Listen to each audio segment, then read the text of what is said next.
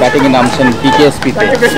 দুদিন আগেও তিনি বিকেএসপিতে মাঠে নামছেন বাংলার নবাব। তাকে যে বরণ করে নিতেই হবে, সেই কাজটাই যেন করতে এগিয়ে আসলেন বিপক্ষ দলের অধিনায়ক মোসাদ্দেক হোসেন সৈকত। 22 গজে প্রবেশের মুহূর্তে সাকিবের দিকে এগিয়ে গিয়ে করলেন আলিঙ্গন।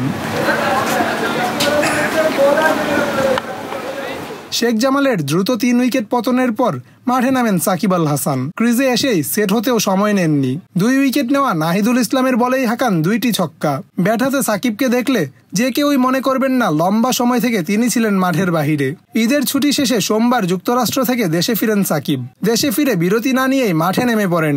ব্যাট হাতে আবারও জানান দিয়েছেন কেন তিনি বিশ্বসেরা।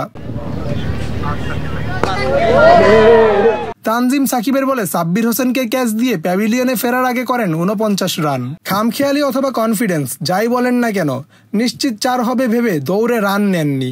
48 রানে থাকা অবস্থায় নাহিদুলের বল মিড অফে সজোরে হাঁকানোর পর প্রথমে দৌড় দেননি। 4 ভেবে সোহান সাকিব দুজনই বলের দিকে লক্ষ্য করছিলেন, তবে সে বলটিতে 4 হয়নি। সাকিব থেকে যান 49 রানে।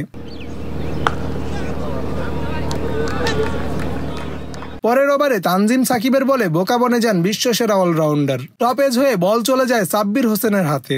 একরাশ হতাশা নিয়ে 50 থেকে 1 রান দূরে থাকতেই ফিরেন সাজগড়ে। তবে সাকিবের ব্যাটিং দেখলে কারোরই মনে হবে না লম্বা সময় ধরে তিনি ছিলেন মাঠের বাইরে। 49 রানের ইনিংস খেলতে সাকিবকে বেশ কবার দেখা গেছে গরমে হাঁসফাঁস করতে।